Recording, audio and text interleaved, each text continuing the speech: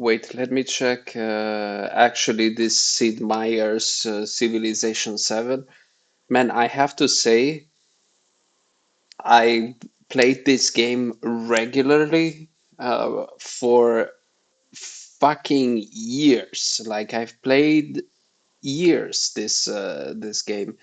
I started with Civilization 2. I skipped the 3. The fourth became like my go-to game. And it still is. I still have it in my PC actually, because there was a mod called Dawn of Civilization, something like this. I used to play that shit so often. So often. I think I lost 5 years of my life in Civilization 4. Then the fifth came. I played it, but I was still playing the fourth, which I think it was the pinnacle of Civilization. Really, really was. And I downloaded the sixth, but I didn't like the cartoonish way of how it looked. And now the seventh is coming up, but okay, let me go through the video, but then and explain then what do I mean with cartoonish, and let's see. Haven't watched this yet, by the way. It's my first time seeing Civilization 7.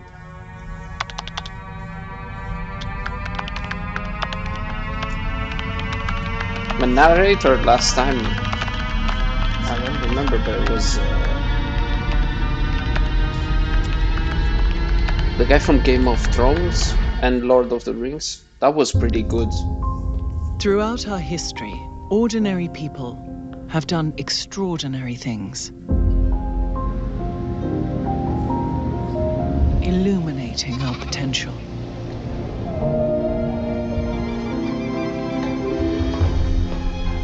They inspired movements, created the impossible, and destroyed the indestructible. Is this like the trailer? I think it's the trailer. Ordinary people chose to change the world, chose to dream, to build, to I hope, fucking hope it looks like this. to always hope. And if there's hope for one of us, there's hope for us all. Now it's your turn to reimagine civilization and build something you believe in.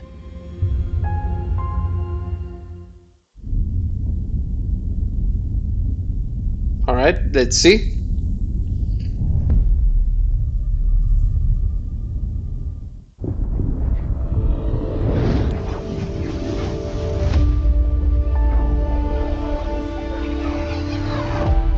Hello, Civ fans.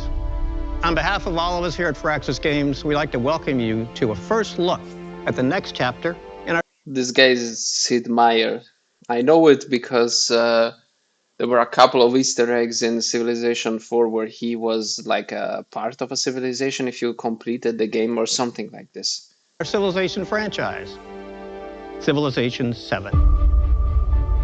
You know, looking back 30 years ago, Civilization was created during a time when we were still learning what games could really be. We were searching for that next big challenge to take on, which led us to thinking, what could be greater than putting the entire history of the world into a video game and make it fun? 3 decades later, it's because of your passion, your love for Civ, that we're still here today. In every game of Civ, you've gone on a journey to build an empire to stand the test of time.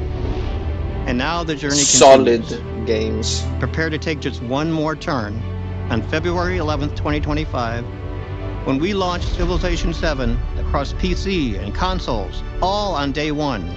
If I remember correctly, Civilization is part of Firaxis, but Firaxis is part of Take-Two. I remember that intro in Civilization 4. And if I remember correctly, Take-Two is also the owner of Rockstar Games. So Civilization 7 and GTA 6 will come out in 2025. Man, we might be needing to... I might be needing to invest in fucking Take-Two. For the first time in franchise history. This is by far the biggest, the most ambitious game we've ever made at Firaxis. It represents a significant gameplay evolution for the Civ franchise, and it's a game we plan to support for many years to come. Today, you'll learn about the vision for the game, the driving force that inspired our biggest new feature. You'll see your Civ world brought to life like never before, and you'll discover why Civilization 7 promises to be a revolutionary new chapter in this franchise that we all love so dearly. Please enjoy. You ain't beating Civilization 4, I'm telling you that much. Civilization is the foundation of Firaxis. Whether you've been playing since the MS-DOS days or have joined us more recently, we're so grateful for This is the like managing director of Firaxis? your continued passion I didn't and know. support. When you walk around our studio, you can feel the energy and excitement. You can see how I mean, what I meant by that is like, is she a gamer? But I don't think that thing is relevant anymore in the industry, that actually the people who play games actually make games. You know what I mean? I think there's people who want to make money who make games but nowadays, and it shows a lot. inspired our people are to come in and build the next Civ game. Civilization is the ultimate historical strategy game. Your goal in Civ is to build an empire to stand the test of time. You select a civilization, led by a famous historical leader, and guide your Civ's journey across the entire span of human history. You shape Okay, actually, the graphic looks kind of good. If this is how it would, man, the cartoonish ones of the 6 was fucking trash. If it looks like this, I'm okay. your empire piece by piece, from what technologies you want to research to what civics you want your society to uphold. And you compete with others on the world stage, engaging in diplomacy, negotiating alliances, and sometimes going to war. In every Civilization game, your empire has always been represented by a single civilization. You play through the entire span of history as that one civilization. This time around, we want to take you on a new journey. For the first time ever, in Civilization 7, the story of your empire isn't just that of a single Civ, but several connected together through time. At the dawn of I really hope that they think about upgrading your civilization, right? Meaning from, I think so, like from Egypt to modern Egypt, like a different flag, like national flag of Egypt, I think. each new age of human advancement, you'll select a new Civ to represent your empire. You'll build on and carry forward your previous achievements while unlocking new gameplay bonuses to reinforce or pivot your strategy. And by the end, you'll have forged a unique path through history. To show you what we mean, let's take you through the story of one such empire.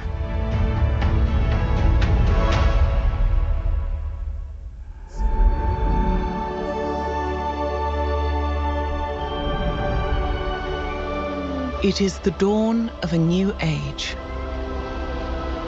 The age of antiquity. Okay, where the humanity graphics look begins good. to take its first steps into the annals of history. The great pharaoh, Hatshepsut, leads the civilization of ancient Egypt. Among the arid desert lands and a winding river, the seeds of our people are rooted in sand and water. To discover what treasures and dangers lie beyond, a brave scout begins to survey and map the surrounding lands. Classic As our gameplay. population grows, a new granary is built to store food for hungry mouths. Its location decided, a new district is formed, and construction begins. With more food available, our people So they're gonna keep the district thing. To be honest, I hated this feature. Many people liked it because you can build like a gigantic cities, but it's just not the way the fucking world works, right? You can cramp up a lot of things in a very small area. I remember you could build a very nice city that was just one block in Civilization 4 that was just in one square. At that time, it was a square, not hexagons. And I think it was actually better because you build everything in the city, which makes sense, not like districts left and right. People look to make improvements to the land.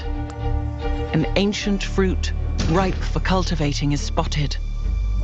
Dates will provide more sustenance for our citizens, and their sweetness will make the people happy. A plantation is constructed to harvest this valuable resource. Over time, our city continues to grow as more urban and rural developments spring forth. We pursue advancements in technology to serve the needs of our people. Breakthroughs in irrigation further enhance our food production, while sailing unlocks our ability to traverse the nearby waters. It is now possible to journey further. Oh man, the water looks really cool, to be honest. Now the graphics have improved, definitely. Much more realistic, it seems. And expand our empire. With a deft hand, our scout travels along a navigable river. Oh man, Their yeah, that was a tenacity meme. is rewarded with the Finally. discovery of a breathtaking series of waterfalls.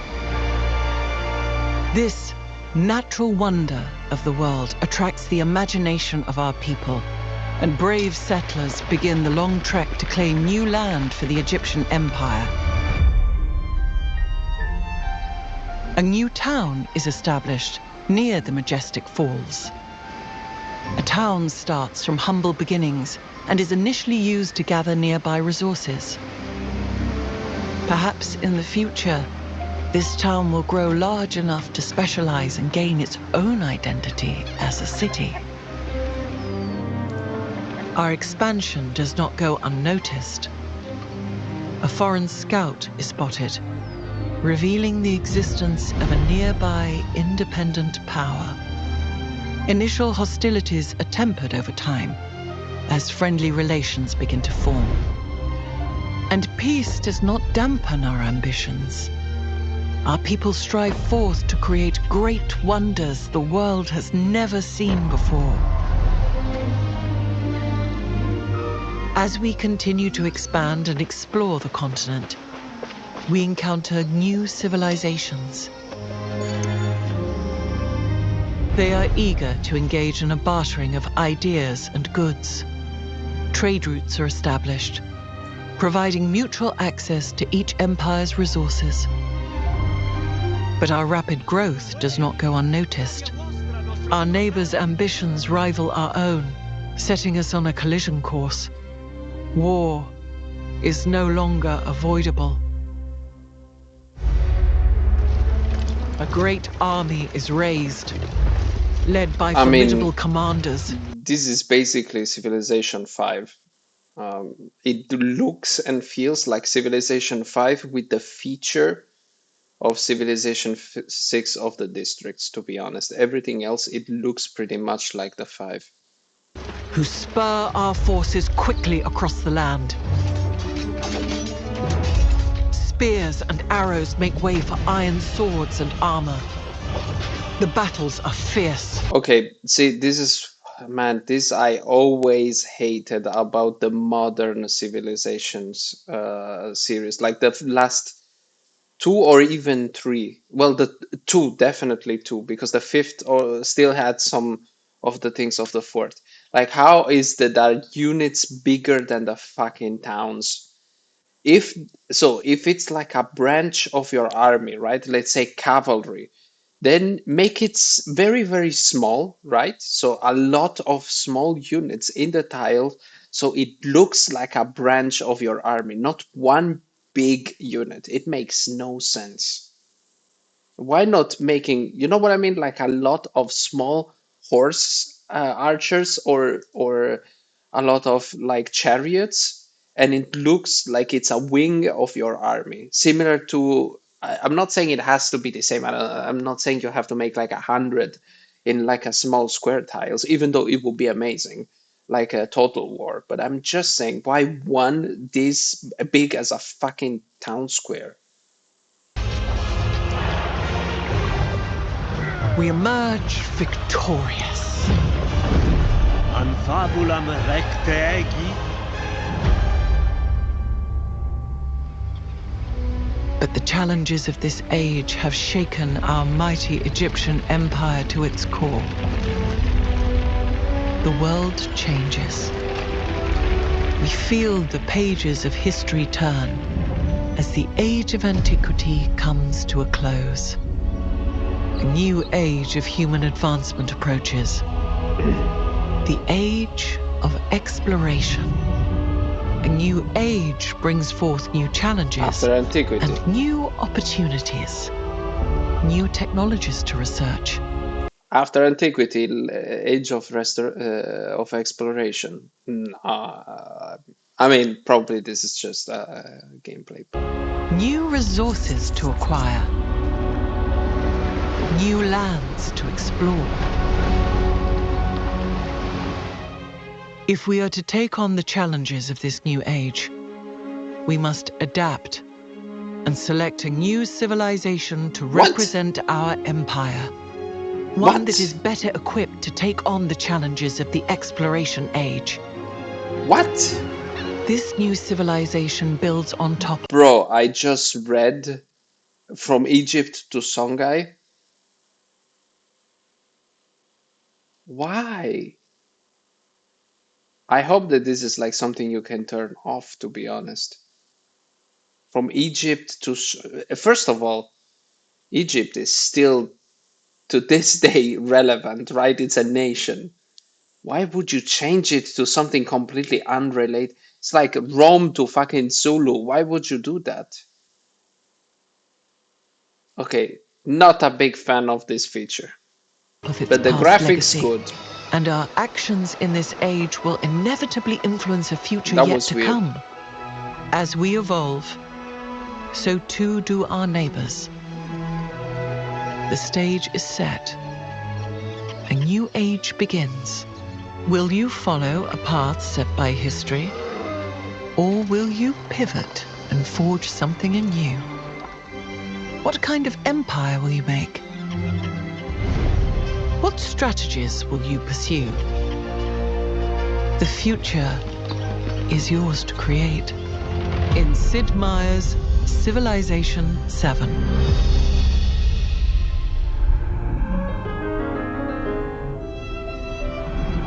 The journey of Hatshepsut, brought to life by our wonderful new narrator, Gwendolyn Christie, is just one potential path you can take in Civilization 7.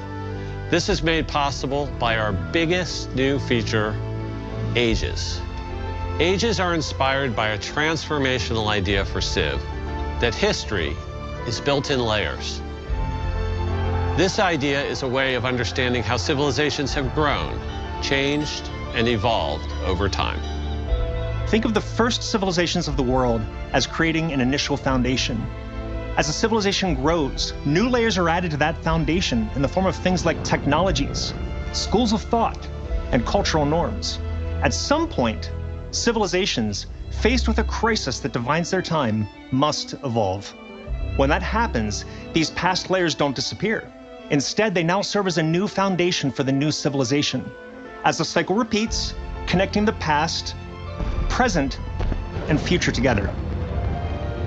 Instead of playing as one single civilization across every age, you'll evolve your empire into a new civilization for each new age. One that is suited to take on the historical challenges of that time. Every age is designed to be like a historical sandbox, as a way to really immerse yourself in that time. Almost everything inside an age is exclusive to that age. That includes things like which technologies and civics you can research, what resources are available to be gained, which independent powers surround you, Even here, not a super big fan of something that just appears, right? Meaning that, I don't know, you discover oil. Actually, again, not because like I'm a big fan, but in Civilization 4, and I think in the fifth as well, whenever you reached a technology, then it came out. Like, for example, you discovered, I think it was combustion, and then you were discovering with combustion oil. Not because of the age, so not because you changed into the modern age, but because you found a technology. And in that case, it makes more sense that just you reach like a new age and all of the sudden everything, every resources pop up. But I haven't seen the gameplay, but if that is the case, kind of lame, you know? Even things like gameplay systems and civilizations, all unique to that age. Having unique civs for each age is something we're really excited about. In the past, every civ needed to be balanced across a game that spans all of history. This naturally resulted in things like late era civs being strong in the late game, but weak early on. Now, we can balance around the age itself. This means we can give every civ bonuses, units, Okay, this is good. and buildings that are always relevant and powerful. Good. Having exclusive civs per age is also great for historical immersion. Every age feels like an epic showdown of some of the great powers of that time. We'll have 3 ages for you to play. The Antiquity Age, when agricultural societies begin to cluster into urban centers, forming the foundations Only of the first civilizations. The Exploration Age, when the desire for precious commodities from distant lands spurs empires to stretch across great oceans. And the Modern Age, a period of incredible technological growth and global conflict. Bro, you can tell that this is an American video game. Holy, you can just tell. 3 ages. And of course, the last one is the modern age. Where mankind goes from the development of the steam engine to the splitting of the atom. What I mean is that there is, again, in Civilization 4, it was 7 ages. I think in Civilization 5, 8 or 9, it's because there are more ages, not just antiquity, then exploration age where you find America, and then modern age when America becomes the most powerful nation, you know?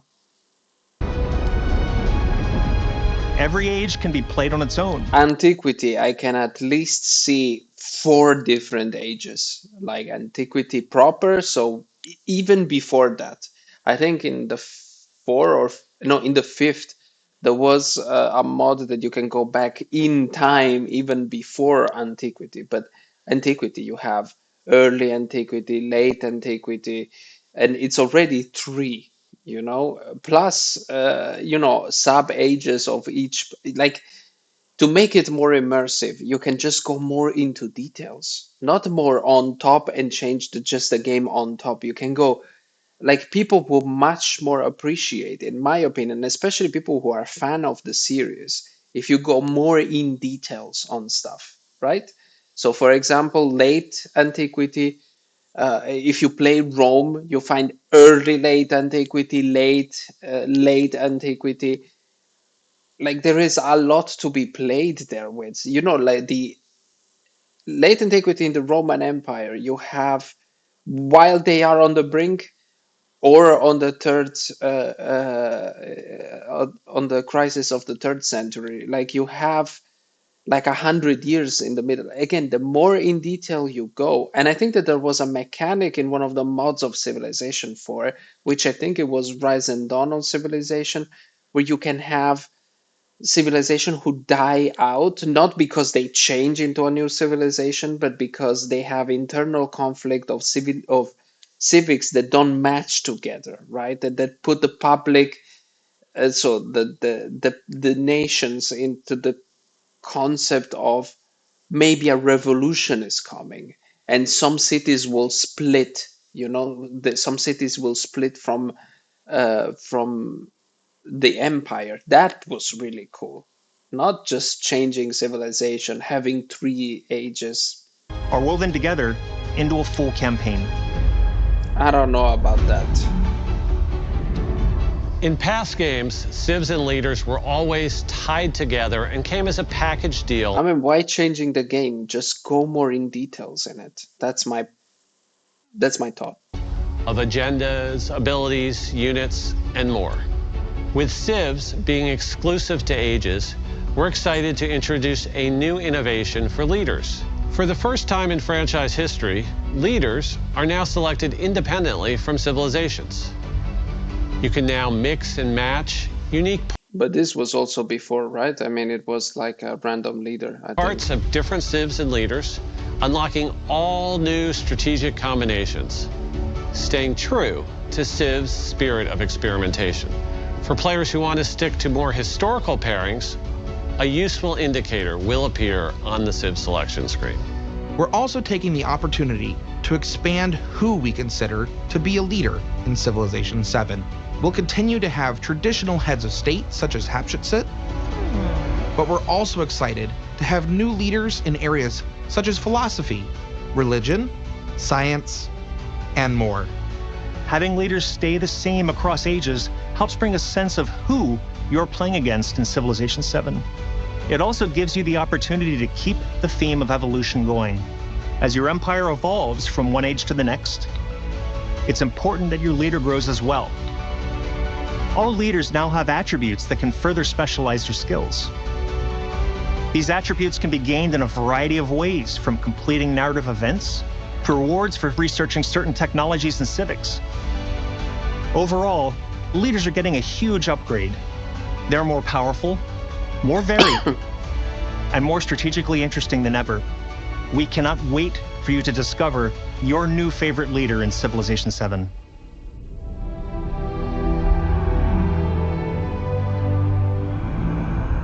When one age ends and you begin an age transition, it is an incredibly exciting moment.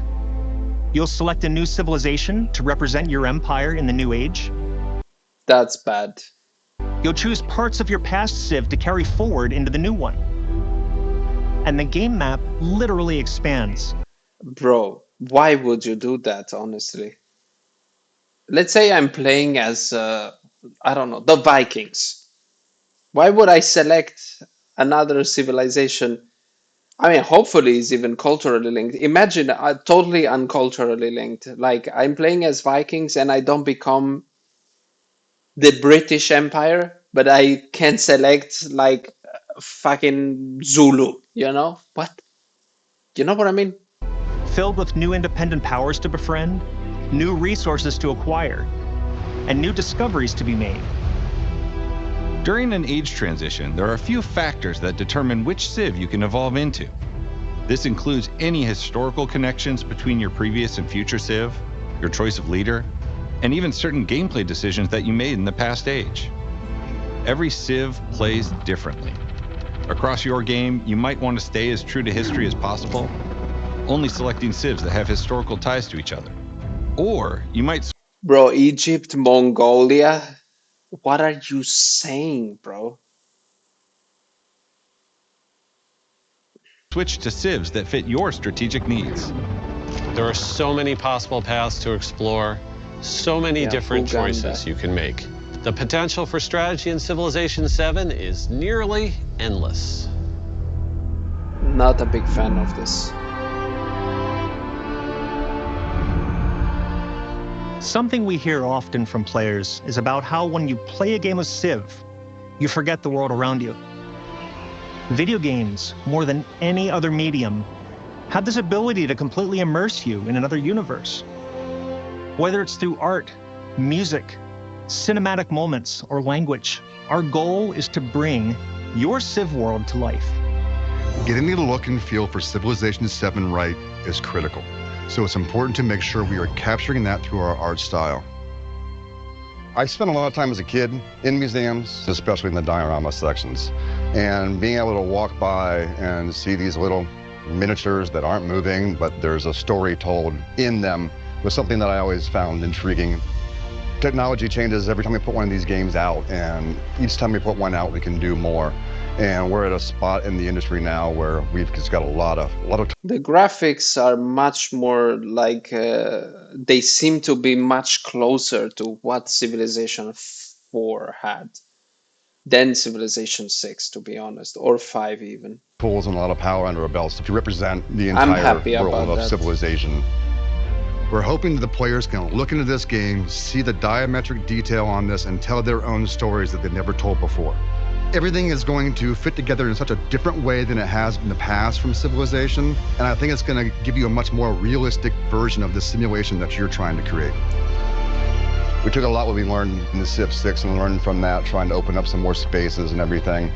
And we adjusted the tone from 6 a bit, and I think it's what our fans are looking for, and I think it's going to be a lot of fun for them. It's something that nobody else is doing, and nobody but Firaxis can do.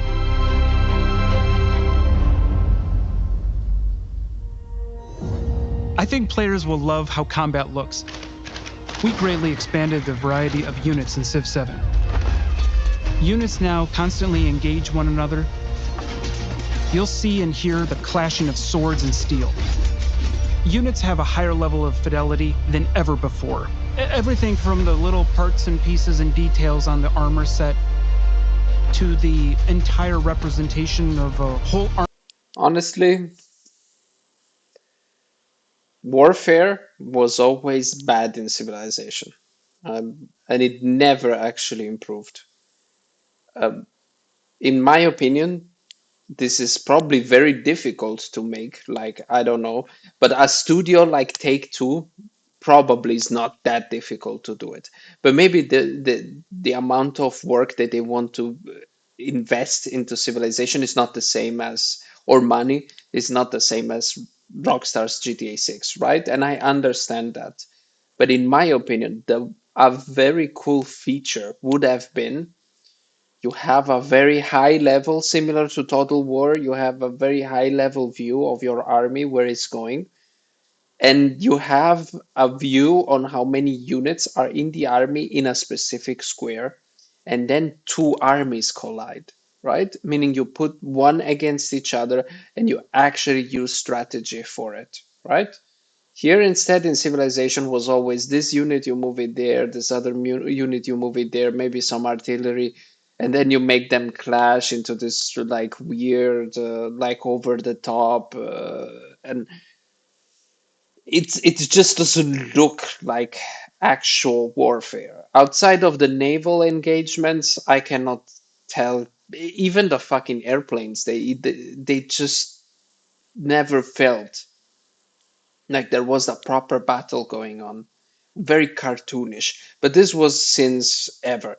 Like the two units just collided, killed each other, and then went back. And the same thing for here. It looks like 10 units in a square. I mean, that's not an army. It doesn't feel like it. It just, again, they're overcomplicating the gameplay. Wait, they can focus on making the game just better.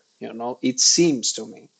With every new installment, it's just overcomplicating the game, not making it more detailed and just better feel.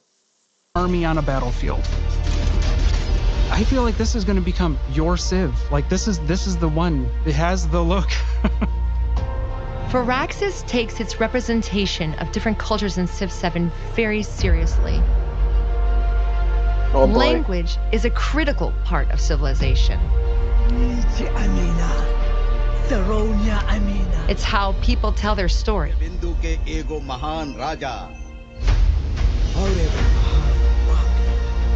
This is important because we are trying to teach through this game, and it's important to our players. They want to see their cultures represented correctly. In many cases, some players have never seen their cultures represented anywhere else.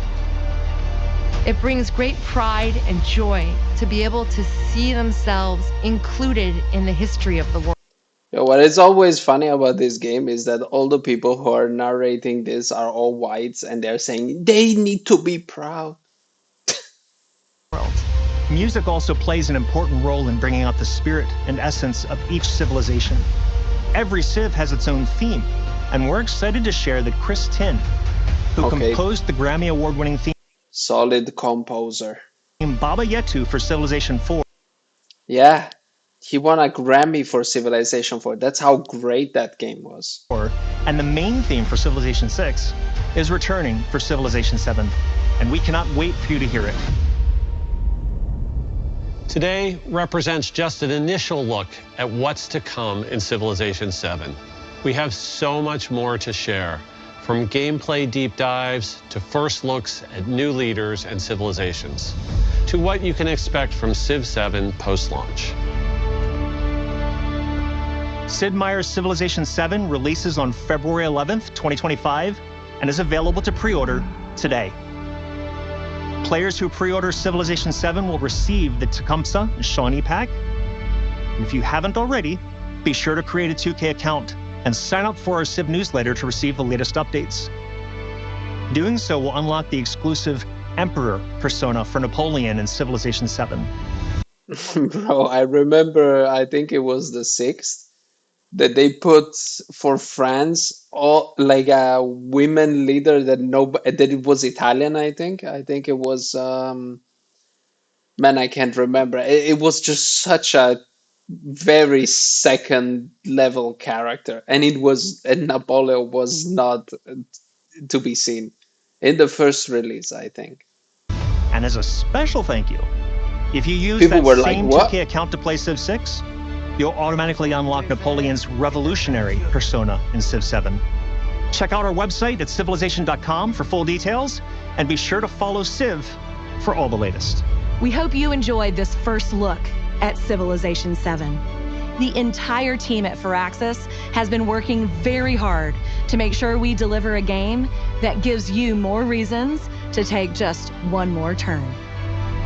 As we welcome Civ 7 into the Civ family, I think back to the legacy of Civilization, of 30 years of development, refinement. Yeah, you see, look at Civilization 4. You see, Iteration, like, exploration of the millions of players that have contributed, look at this of the stuff. billions of hours that have been played. This was the 5th. Look, I'm so proud to be here for this moment, welcoming Civ 7 into the family. February 11th, 2025 isn't too far away. We're excited to be taking this journey with you. All right.